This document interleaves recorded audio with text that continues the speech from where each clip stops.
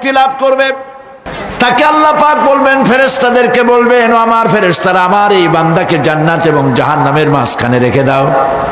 জান্নাত এবং জাহান্নামের মাঝখানে লোকটি যখন থাকার জায়গা পাবে, সে জান্নাতের দিকে তাকায়া দেখবে আর কাঁদতে থাকবে।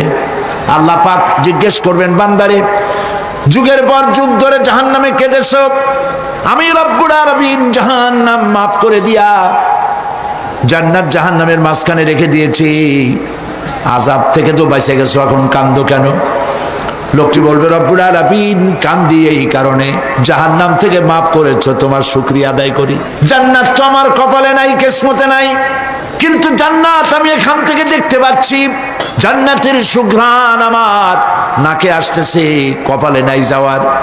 আমি কাঁদি এই জন্য, তুমি যদি মেহেরবানি করে আমাকে জান্নাতের দরজার কাছে একটু দাঁড় করায় দিতা, প্রাণ ভরে তোমার জান্নাতের দৃশ্যটা একটু দেখতাম। আল্লাহ পাক তার আরজি পূরণ করবেন, বলবেন যাও, ফেরেশতাদের বলবেন এর জান্নাতের দরজার কাছে দাঁড় করায় দাও। জান্নাতের দরজার কাছে দাঁড়িয়ে লোকটি আবার কান্না শুরু করবে। আল্লাহ পাক প্রশ্ন করবেন, এবার কান্দো কেন? লোকটি বলবে, রব্বুল আলামিন কান্দি এই কারণে, জান্নাতের এই দরজায় দাঁড়ায়া জান্নাতের অফুরন্ত নেয়ামত কিছুই ভালো করে দেখা যায় না, শুধু অল্প জায়গা দেখি।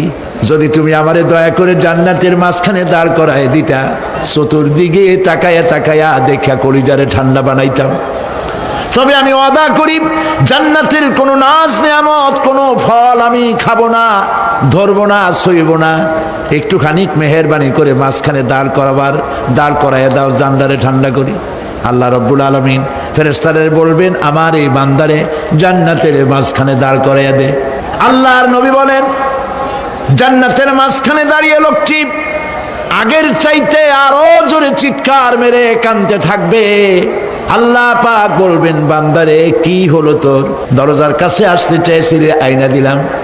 আবার এবার মাঝখানে আসতে চাইছো, তাও এনে দিয়েছি, আবার কান্দো কেন? লোকটি বলবে, রব্বুল আলামিন এবার কান্দি এই জন্যে, তুমি যখন দয়া করে একটিবার জান্নাতের মাঝখানে এনে আমাকে দাঁড় করায় দিয়েছো, তুমি রহমান রহিম গফুরুর রহিম, এই জান্নাত থেকে আবার আর বাইর করে দিও না। আল্লাহ রাব্বুল আলামিন বলবেন, ও আমার বান্দারে, আমার এই জান্নাত তোর খুব পছন্দ হয়েছে নাকি? লোকটি বলবে, রব্বুল আলামিন কলিজা ঠান্ডা হয়ে গেছে, ভাবতেও পারি নাই জান্নাত এত সুন্দর। আল্লাহ পাক বলবেন, বান্দারে, এরকম একটি নয়, দুইটা নয়, তোর জন্য আমি 10টা জান্নাত এরকম রিজার্ভ করে রাখছি। আল্লাহ পাককে ভয় করে পৃথিবীর সমস্ত পাপ থেকে যারা নিজেকে রক্ষা করবে, আল্লাহ তাদের জন্য এই জান্নাত রেখে দিয়েছেন। সুবহানাল্লাহ। সেই জান্নাতের রিসিপশন আপনারা আন্দাজ করতে পারবেন না, রিসিপশন কারে কয়। কি এর প্রধানমন্ত্রী আর প্রেসিডেন্ট, 4-5টা পুলিশ আর আর্মি আসে একটা ফট করে সেলুট মারলো, বাস শেষ হয়ে গেল, এরকম না। জান্নাতীদেরকে রিসিপশন দেওয়া হবে। জান্নাতীরা যখন আল্লাহর হুকুমে জান্নাতের দিকে যেতে লাগবে, আর যখন জান্নাতের কাছে চলে যাবে, আল্লাহ রাব্বুল আলামিন শোনায় দিচ্ছেন, হাত্তা ইযা জাউহা ফুতিহাত আবওয়াবুহা ওয়া ক্বালা লাহুম খাজানাতুহা সালামুন আলাইকুম তিবতুম ফাদখুলুহা খালিদিন। সুবহানাল্লাহ। জান্নাতীরা যখন জান্নাতে প্রবেশ করার দরজার মুখোমুখি হবে, দ্বার রক্ষীগণ তখন বলবে, সালামুন আলাইকুম, আল্লাহর শান্তি তোমাদের উপরে বর্ষিত হোক। সুবহানাল্লাহ। দুনিয়ার টাটকা টাটকা সুখগুলি 2 পা দিয়ে ঠেলে দিয়েছো, টাটকা সুখগুলি গ্রহণ করো নাই, হারাম খাও নাই, আল্লাহর দ্বীন কায়েমের জন্য রক্ত দিয়েছো, জীবন দিয়েছো, কষ্ট করেছো, আল্লাহকে ভয় করেছো।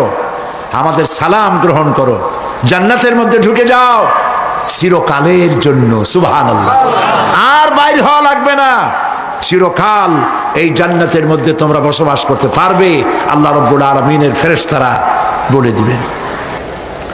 জান্নাতের মধ্যে আল্লাহ পাক হুরদের সঙ্গে জান্নাতীদের বিয়ের ব্যবস্থা করে দিবেন। কোরআনে কারিমে আল্লাহ পাক বলেন মুত্তাকিইনা আলা সুরুজিম মাসফুফাতিন ওয়া যাওয়াজনাহুম বিহুরিন ঈন। সামনাসামনি ভাবে সাজানো সারি সারি আসন সমূহের উপর তারা ঠেস লাগায় বসে থাকবে, আর আল্লাহ রাব্বুল আলামিন হুরদের সাথে জান্নাতীদের বিয়ের ব্যবস্থা করে দিবেন।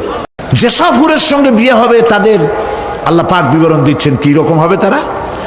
লাম ইয়াতমিসহুন্না ইনসু ওয়ালা জান, এর পূর্বে জিন এবং ইনসান এদেরকে কেউ স্পর্শ করে নাই। কিরকম তারা? কান্নাহুন্নাল ইয়াকুতু ওয়াল মারজান, যেমন ঝিনুকের ভিতরে মণিমুক্তা থাকে এইভাবে আল্লাহ পাক তাদেরকে পবিত্র করে রেখে দিয়েছেন। আমার প্রিয় ভাইয়েরা, আল্লাহ রাব্বুল আলামিন কোরআনে কারীমের ভিতরে বলেছেন ফাবিআইয়ি আলা'i রাব্বিকুমা তুকাদ্দিবান। জান্নাত দান করে আল্লাহ পাক এবার জান্নাতীদের